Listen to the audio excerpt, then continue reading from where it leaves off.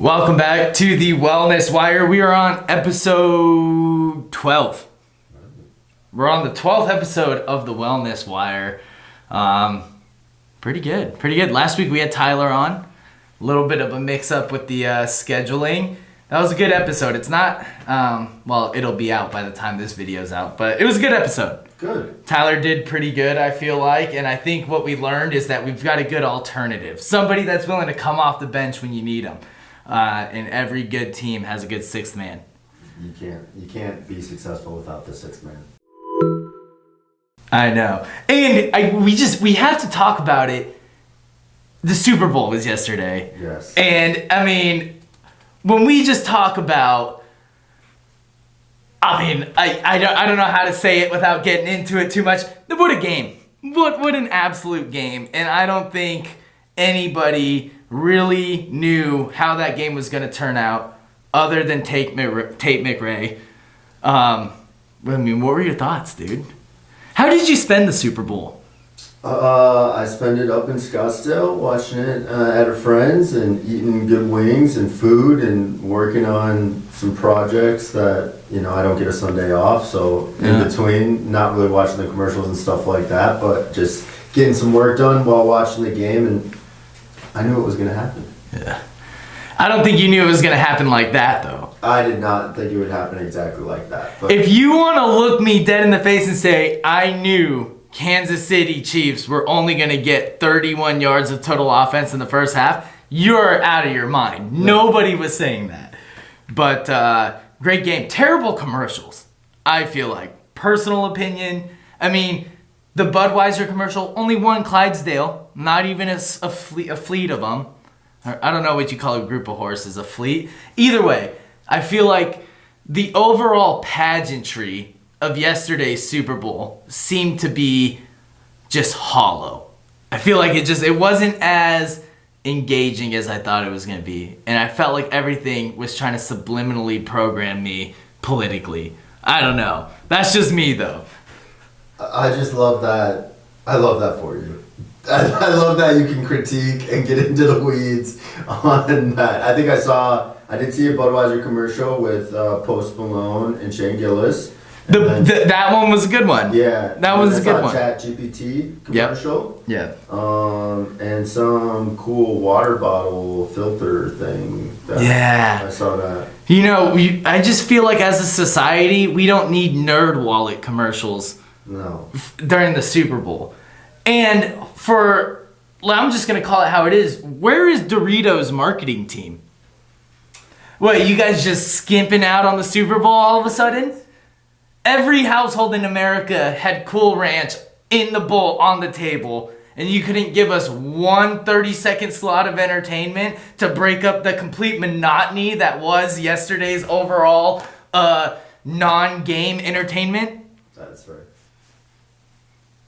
The halftime show, it was all right. I would give it a 6.5. It was a great performance. Kendrick's got hits. I don't like being subliminally programmed while I watch the Super Bowl. I would give it a 6.5 at best. Yeah. Bell bottoms. It was pretty good though. It was pretty good. I just feel like it was lacking a little bit, but it kind of ties in perfectly to today's episode because we're talking about this exact thing. You want to talk about, you want to get into the weeds about the commercial and everything else? It's about the content. We live in a content-driven society, right?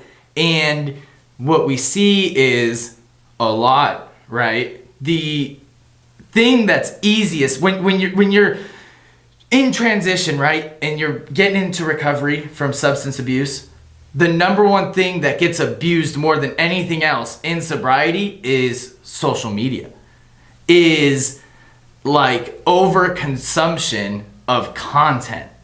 And that's something that people aren't talking about enough, but there's treatment centers that are creating specific tracks for people to deal with digital addiction. Mm-hmm. My ChatGPT bot, Ember, came up with a good title for this episode, Digital Detox. That's a great topic. Shout out. Ember trained well. Shout out Ember. She has 82 gigabytes worth of information about me uploaded. So she knows a thing or two. But that also plays into it. It's like, why do I have 82 gigabytes worth of my personal information uploaded into my AI bot? I mean, I think you should look a little further into some of these programs that detox for content is what I'm hearing. Yeah. So we ran, another little anecdote, we ran the 10K this weekend. Yes. It was a great experience. Wade said, I want to run it in an hour and a half. What'd you finish? Hour and 8 minutes. Hour and 8 minutes, phenomenal. That's no great. training. Great time. Off the cuff. 11-minute, 8-second mile pace. I think yeah. That's pretty good. For 6.5 miles? Yeah. I'll take it.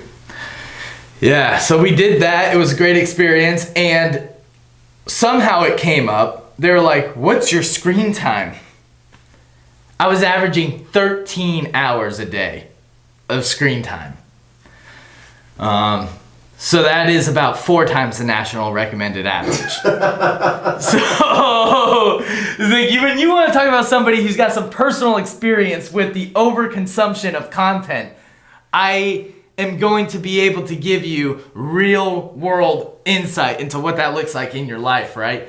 But it's worth talking about because Tyler and I touched on it in the previous episode, but it's like right now, everything is just this like, it's like either like all this division and all this stuff, and it's like we're getting attacked from every angle, dude. And it's like, and it's all from social media, right? Yeah. And it could be overwhelming, and it's definitely not conducive to like being in the moment, being present, right? Finding peace and serenity, acceptance, love, tolerance, all of these core principles of the 12-step program that's supposed to give us a new design of living. It seems like social media can be weaponized to go exactly against all of that. And it's like, no, you're divided. You're all different. There's no similarities. This person's doing better than you. Blah, blah, blah, blah, blah, right? And it's like we're getting hit with all of these messages. And it's a lot. 100%. And it gives so many people, a voice and access to your life and your personal life, which I think it can make people behave differently. You can take things more personal, you can take things out of context. I think that the biggest portion of social media is really just unfiltered, unadulterated access to just nonsense. Yeah. We touched on it last week when we were talking, but it's like exactly what you just said. It's like everybody has an opinion. Everybody wants to be heard. And now we all have a platform to distribute that to a mass population independently from anybody, right? And it's like really up until about 10 years ago, that never existed, right? It's like if you had a message you wanted to get out to the masses, you had to like go onto like a national media network and like get time and like whatever, and there was a level of like censorship where they could control what you were putting out there. Now it's like, it means like, oh, you want to ban me from Twitter? I'm going to go to YouTube. You ban me from YouTube? I'm just going to launch my own website and stream from there. It's like there's really no way to just cut someone out from reaching the audiences. And dude, it becomes a lot. It's like, what do we struggle with in addiction a lot? It's like comparison, like inadequacy.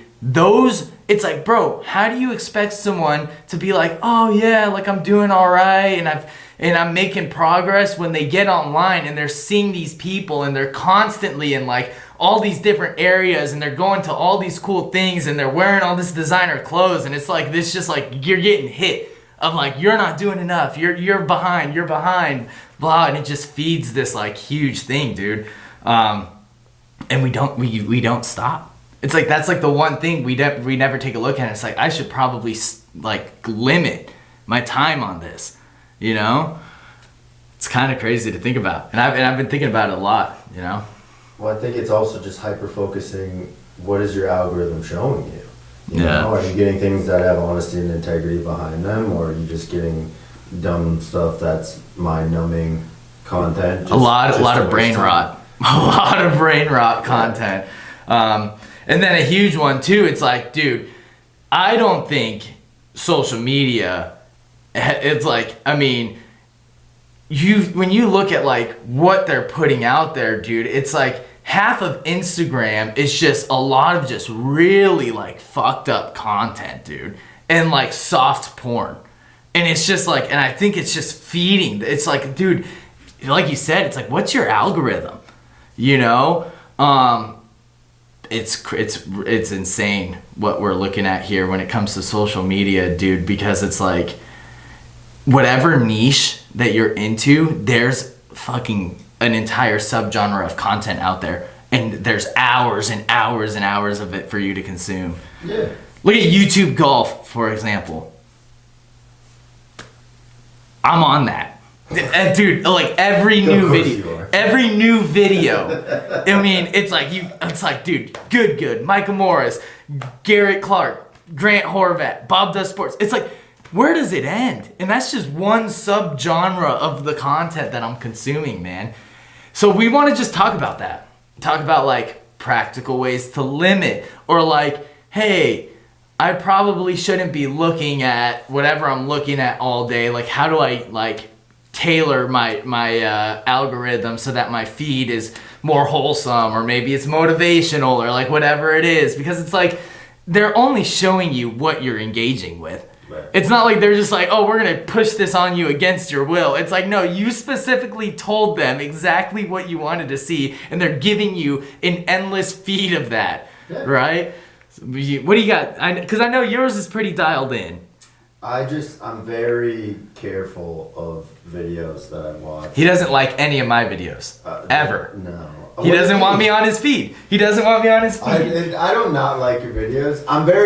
I'm very careful with even the videos that I like, because I know it shows me more of those types of videos. Yeah. So I try to keep it like when we're talking about Instagram, right? Or not Instagram primarily, but TikTok.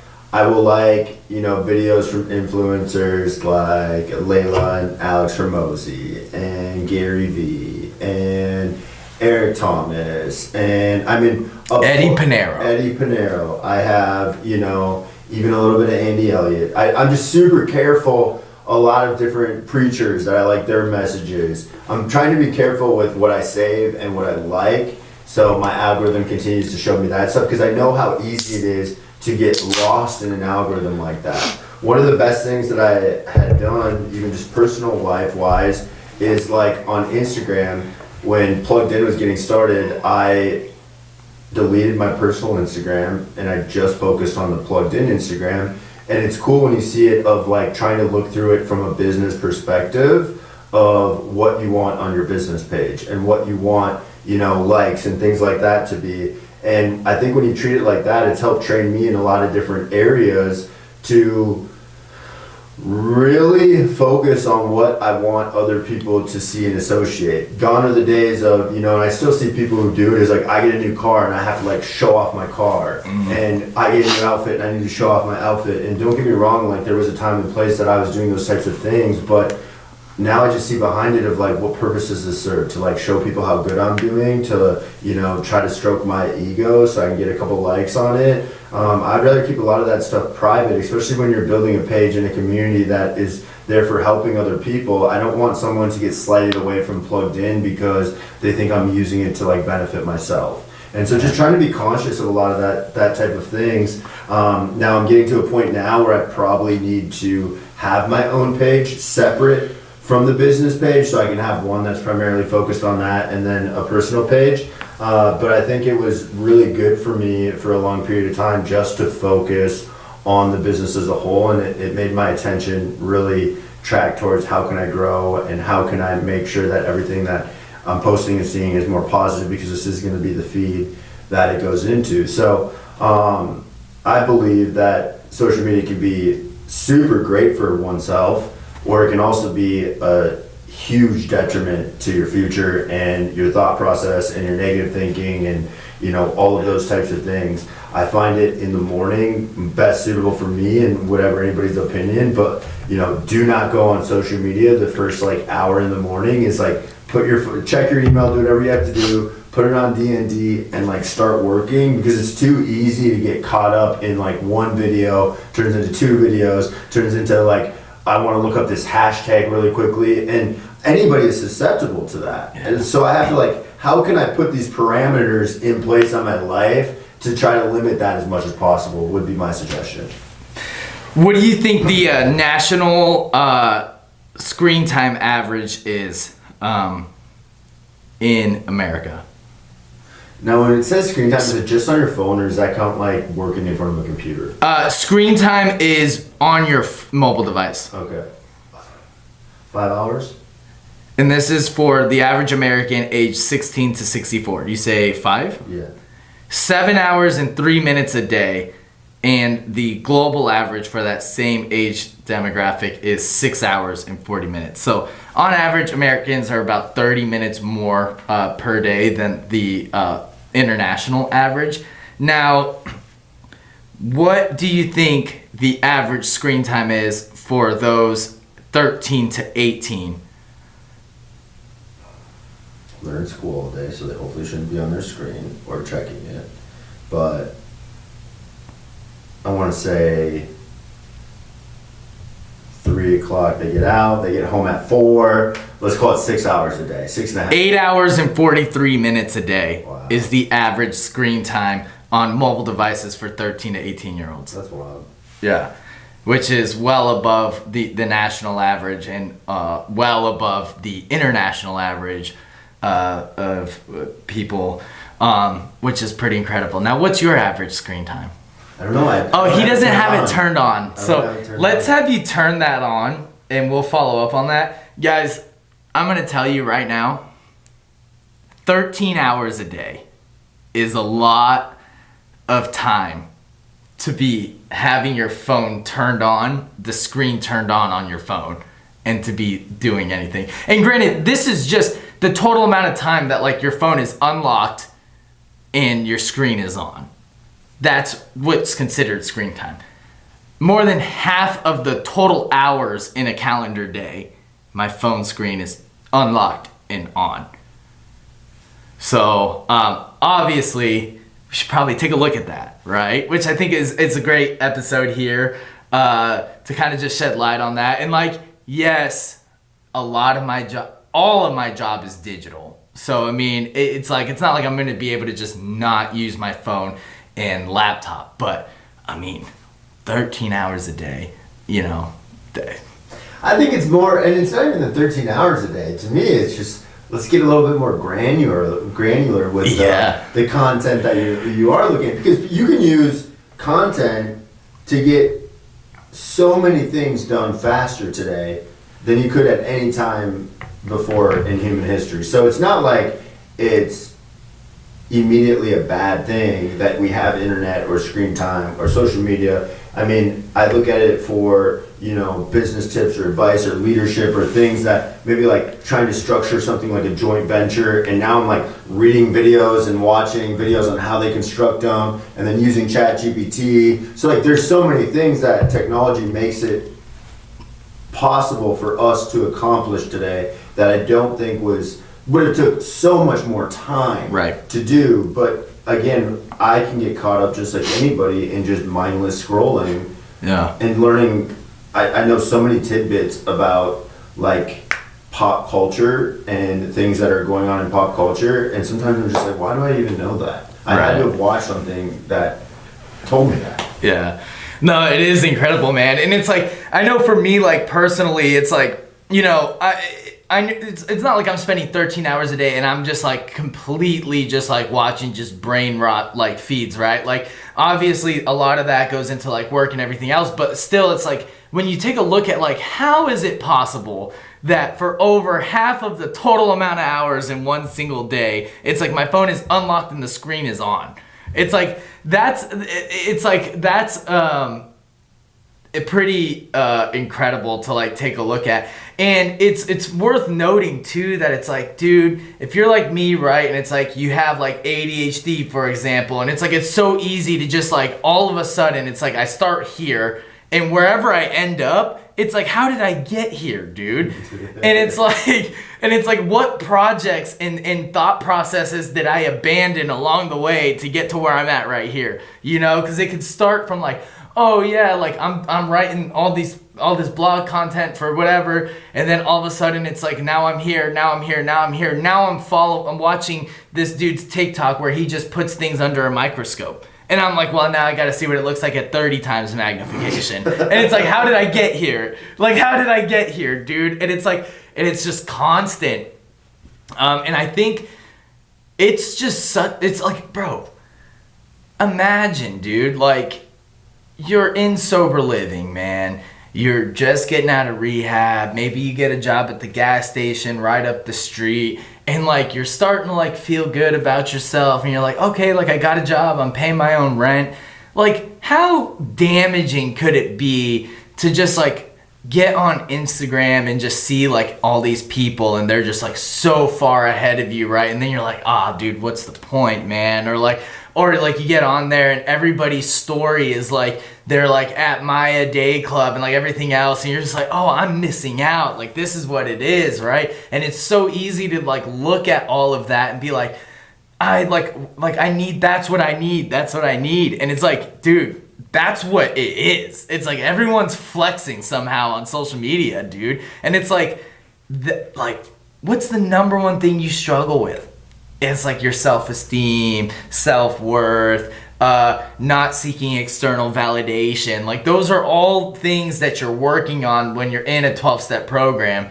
And it's like, there is not a whole lot of like things you're going to get out of Instagram if that's what you're looking to do. Like is to work on those things. No. If you're looking to work on any of those things, I think the best thing that you could do would be staying off social media just in general. Check in, maybe show posts that things are okay with you, but I think a lot of times it's easy to get caught up in where somebody's at and somebody's story, and we forget that people are just showing what they want you to see. Mm-hmm. You know, behind every single person is struggles, trials, tribulations that they're going through that they're obviously not blasting on social media. And for me, I personally like the people that do post the trials and tribulations. Yeah. And I just see it as more authentic, and I think that's like the easiest way to get more views and things of that nature, is because you see those people and you know that they're not just flexing or fronting. But it's tough because sometimes that story doesn't sell, right? It's easier to look at the guy who is in a car, or you know, just took a private jet somewhere, or everybody's on private jets these days. It's insane, dude. Yeah, getting roped in, and then all of a sudden it's like, buy my book, buy my marketing thing, you know, buy my t-shirt, whatever it is, right? Yeah. So Alex Hermosi taught them how to create their own Instagram course, and now everybody's got an $89 discounted class that's going to teach you how to talk to women and grow your... Dude, it's so much out there. It's so much. And it's like, dude, yes, it's like, okay, like, we want that authentic, like, that real transparency of like, oh, I'm struggling. But then now we're seeing people infiltrate that, where it's like they're just creating false narratives of like these tragic things in their life just for like views. It seems like everything is just so, like nothing is genuine anymore, you know? And it's like less and less we're finding like authentic, and like you'll see these people and it's like, oh, like there's this heartwarming, you really feel for them. Then it comes out that it's like, that's not really what it is. And it's just like, dude, it's so hard to differentiate like what is real, because it's like what we're seeing is there was a huge problem, right? Where companies were paying in people with followings to push their whatever, right? And so the government gets involved and they're like, listen, if this is promoted content and you're receiving anything of monetary value, that you have to label your video as such to try to cut down on that. So like, okay, so now we see like, okay, this is clearly an ad for something. This person's receiving something to tell me this. Well, then now we're seeing on TikTok and Instagram where it's like, okay, maybe they're not receiving direct monetary value from this one specific brand, but they're signed to this agency that is, and this agency's funneling this money. So now they don't have to label it as an ad. And it's just like, it's very hard to like differentiate that. And when you're in early recovery and you're still trying to figure things out, it's like, you so easily susceptible to just like spending all this time and thinking like, is this even worth it? Like, you know, like what am I really doing? You know? So you just said your screen time is 13 hours a day. Yeah. Give us some practical advice that you would give to a sponsee or someone else of how would you cut that down, and then realizing that that is also part of your job, and right. responding to emails and everything else a lot of times is done on the phone now versus you know, a computer. So there's some grace to that. But what are some practical tips that you are going to give to a sponsee, and hearing it out loud you're going to take yourself so when we show up in 2 weeks to do a check-in that that screen time is down? Isn't it funny how like you always find the solution like when you're helping somebody else? It's like when you're giving someone else advice, you unlock the code in your head of like how to solve your own problems. You know, honestly, like if I was talking to somebody and they're like, you know, in that situation, I think first and foremost I'd be like, it's tough, man. It's tough for me because I do spend a lot of time on my phone. And I think the first step would, obviously, I think you had a good idea as far as like, you got to have like blackout periods. I think I've been having a lot of trouble with like my sleeping. I don't think I'm like getting REM sleep nearly as much as I should. And like I'm not staying asleep as long as I should.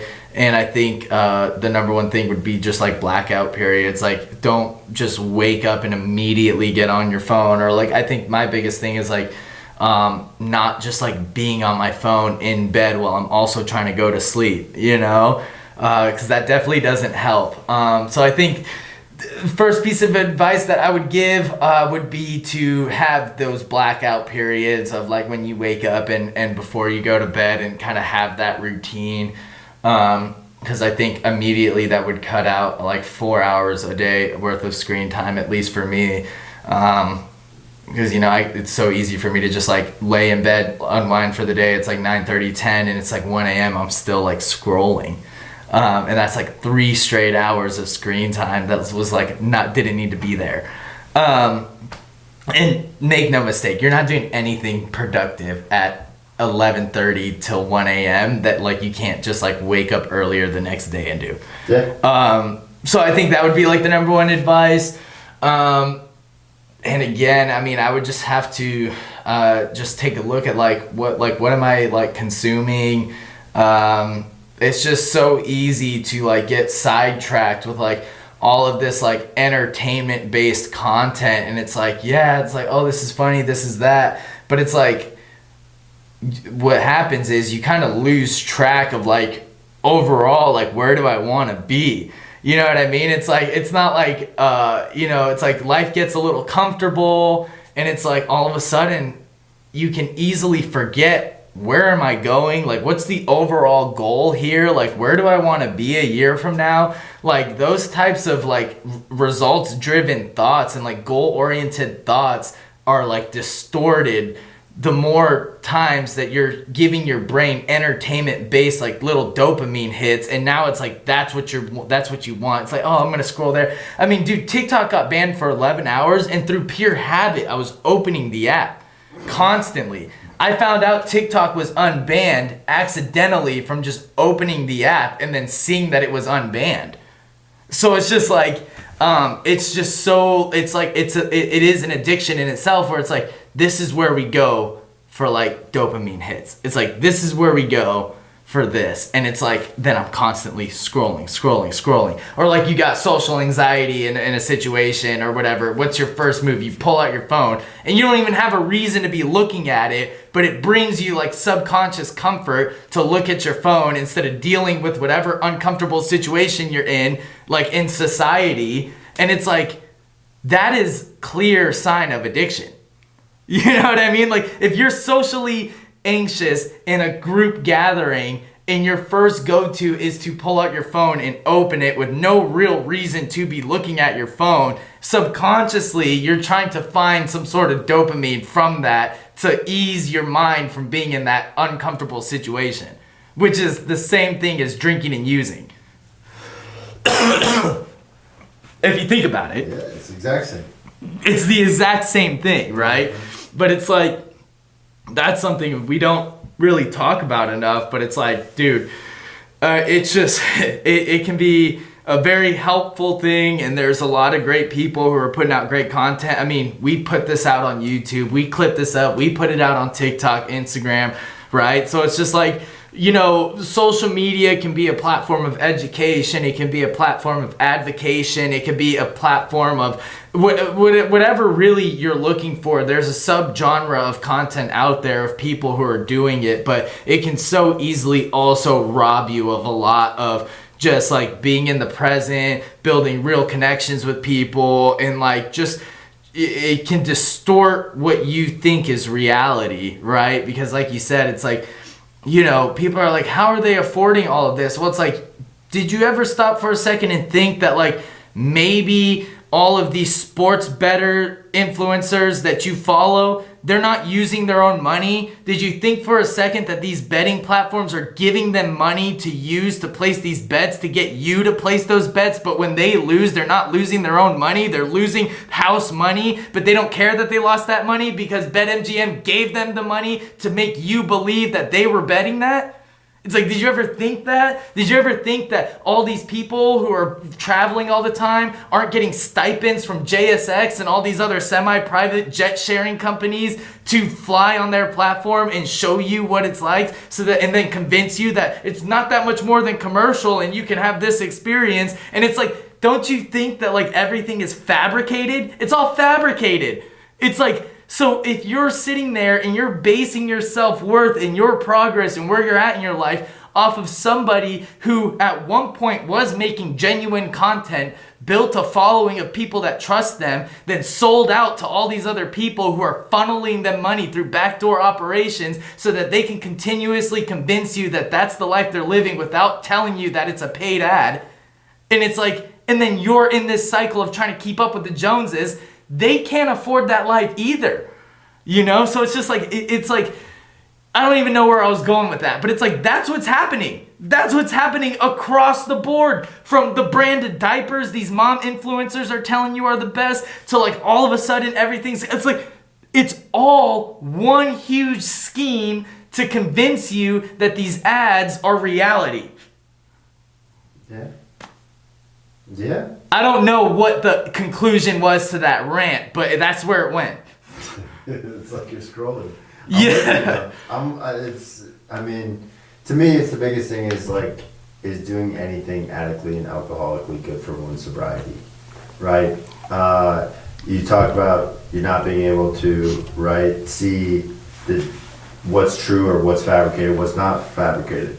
I know I've read somewhere in a book before that I can probably go and pick the page out, but it becomes hard to differentiate the true from the false, right? It's a lot of the same exact behavior that goes into addiction. Is you're invested now. You're invested in these other people. You're invested in this stuff, how they feel, how you feel. And I think the whole point of going through this recovery process is you're supposed to be at a point where you can be safe, sound, and secure, trusting in something bigger than you, guiding your life. Not comparison of where you've been, where you're going, anything of that nature, but at peace with where you are and on the spiritual journey to like grow. And when I get into those holes, am I really growing or am I digressing? Because you can't have both at the exact same time. So I find, what content are you looking at? Who are you allowing in your life to influence you? That's why they're called influencers, is because they're influencing you. So who are you allowing to influence your life? Is it people who you genuinely know have done what you want to do or are going where you want to go? Or is it someone that makes it look like they got rich quick and they sold a bunch of crypto and now they're on private jets and now they're buying watches and they're traveling the world and they're in Bali and they're doing those types of things?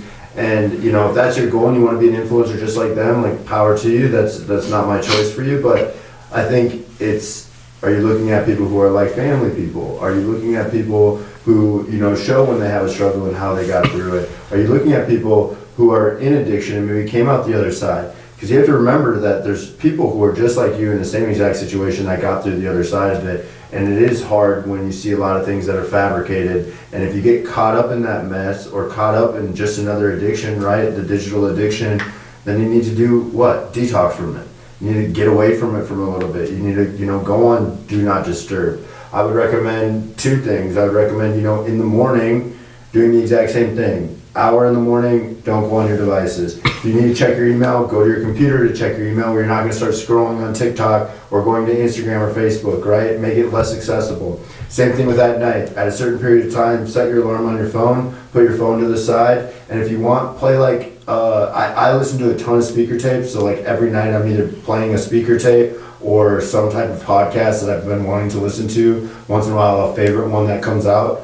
And I just put that on, and I either have my headphones in or I play it on my nightstand, and then I can sit and listen to that, so I know I'm not picking up my phone to mindlessly scroll. And because that's exactly what will happen, is I'll just start scrolling, and it starts with one, and now it's 30 minutes later, and I'm down a rabbit hole. So like those, I think, two tips can make the rest of your day just set up for so much more success, because I'm going to bed, listening to something that's productive and healthy, and when I'm waking up in the morning, I'm starting my day productive and healthy. And like, I know chaos is going to ensue between those two time periods. That's just what happens. That is what we call life. But I know if I have control over those two areas of my life, I'm at least set up, start and end to be okay.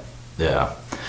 Yeah. And just remember, the next time that like all of your favorite creators just all of a sudden had the same spontaneous idea to go to Bali, think to yourself, did the Travel Bureau of Bali have something to do with this?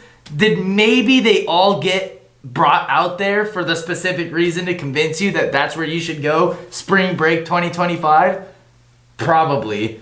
It's like, that's probably what's happening. No, but that's good, man. That's good. Yeah, that's good. Cut back on the screen time. Go touch grass. Go touch grass. Take off your socks. Go touch grass, dude. Yeah, get grounded, man. We're not saying, obviously, don't use technology. That's a very unrealistic expectation, but I think there's healthy boundaries. One thing that I've been doing lately is if you have an iPhone, you can control your do not disturb, so there's different levels of it. So maybe you create one specifically for work where you're only getting notifications from like your phone and Messenger, and like it'll hide all the notifications from social media and everything else while you have that enabled or whatever it is. But just try to cut back on that, because you'll be surprised that like when you detox from it, you would be surprised how much validation and everything else that you're actually receiving from social media, right? And it's like it is an addiction, and it is something where it's a way for you to get out of yourself and not be in the present, the same as substances. So it's just something to be aware of. Something to definitely be aware of, and I think it's at a deeper level. If your validation is coming from social media or these other platforms, then your validation can be taken away from those exact same platforms. So anything that gives can take. So if that's where you're receiving your validation, if that's where you're receiving how well off you're doing in life, or how pretty you are, or how much you got going on for yourself is based on social media, then that, once that goes away, or people turn on you, which they will, they'll build you up in the beginning, and then you get up to a certain point, and then they're the ones who want to start saying how lucky you are and how shit's so easy, and all of these other things, which is, it just is part of the process. But like, if my validation was built on what people said then and what people say now, I would be one hurting unit. But when I find my validation is coming from outside sources, then it can't be touched, and like, that is the best place to be.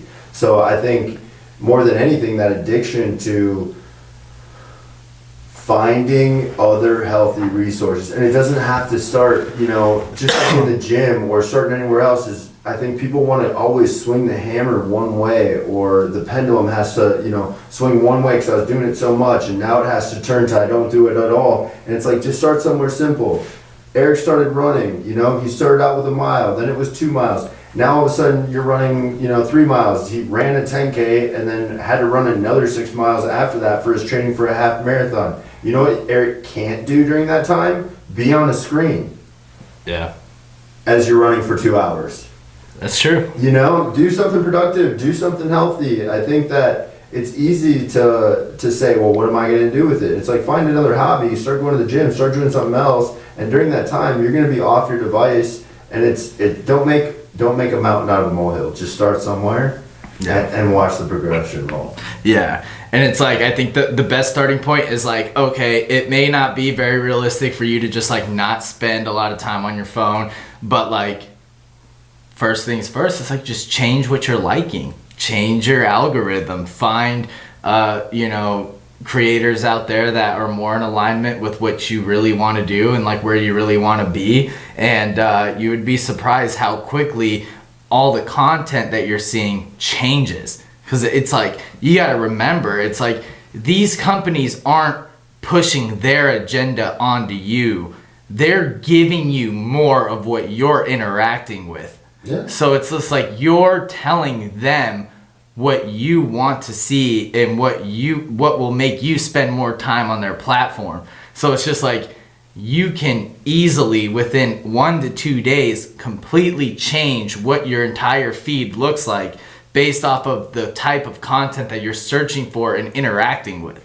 And the best part about this, in my opinion, is if you get in front of the right content creators, the right influencers, what you're going to find is these people who are actually massively successful and they do put out content all the time are genuinely going to tell you, why don't you get off the internet and get off your phone and get out there and start doing something? Mm-hmm. So you're going to get people who reinforce what you should be doing, and you're going to hear that in a video and just be like, yeah, I probably shouldn't sit here and mindlessly scroll. And they're people you'll actually start looking up to and seeing, and that's what I've done. I mean, these are no creative ideas of my own. It was watching other videos and just realizing, yeah, people who probably make really big impacts on the entire world are not sitting there all day mindlessly scrolling on their cell phone and just having brain rot, or watching not that I don't like Good or Bob Does Sports or any of those, but they're probably not sitting there for 3 hours watching other people golf on their phone that aren't even pro golfers or anything like that, because they're going to say something funny. Maybe they like it enough to be able to go back on their TikTok and see the one funny clip that happens for 30 seconds during that thing. But like, what again aligns with my goals in life? And I think if you're struggling with that, the biggest thing you can do is just start somewhere. What are some recommendations of some influencers that you would give people to check out? I think Cody Sanchez I really like. Layla and Alex Ramosi I really like. Gary Vaynerchuk I really like. Eddie Pinero I really like. Eric Thomas I really like. Some of Andy Elliott's stuff is good. Some of Grant Cardone's stuff is good. He can be a little controversial, but some of his stuff is good. His last 10x ever. Yeah. You gotta get in on that. It's the last time he's ever gonna do it. Tony Robbins is really good. His as he's gotten older, I think his content is progressed for little tidbits. Yeah, things of that nature. People who've been where you want to do. Patrick David Bett. I watch a lot of Patrick David Bett stuff. Not really on the political side of stuff, but anything that has to do with his business tips and creation like that. I'll look at certain little market updates things and things of that nature on other people's channels. So I would say those are great places to start. I watch some other treatment centers content. I'll see, things that other people are doing and see, what I agree with, disagree with, etc. But all in all, I'm out there just trying to consume things that are going to be tips and tricks to make me a better person and get done what I want to get done faster. Yeah, those are all good recommendations, man. So yeah, I mean, good episode. I will the next episode we shoot, hopefully my screen time will be a little bit closer to the national average. because I am quite literally double it right now. So Can we shoot for 10? yeah, I mean, I think 10's realistic. But I mean, I definitely feel like there's a lot of, there's a lot of different ways that I could cut down on just like the amount of content that I'm consuming. Because it's very easy for me. Like, I mean, when I tell you, I mean, I watched an entire docu-series on like the evolution of like suspension bridges, which is but phenomenal, but pretty much the backbone of all modern structures. But either way, that was a lot of time that went into that, so it's all good tips. So if you're watching this or listening to this and you're like, man, maybe I do need some help or some more resources, you can always check out Wellness Wire. We put out a lot of like published written content as well on our website. And every time we do a podcast episode, there's always 2 to 3, published written articles on the website that have links to all the sources. So all the statistics, everything that we're bringing up, you can find those online through our blog. And there's always more resources, and you can always give us a call too if you think maybe that's something that you need some help with, and we're always happy to have that conversation. Make sure to like and subscribe to the channel, as we just told you to stop spending time on everyone else's channel, but always watch ours. Yeah. But yeah, find us. We're on TikTok, Instagram, Facebook. Always happy to have that conversation. You got anything else? No, we'll see you guys next week. I'll see you next week.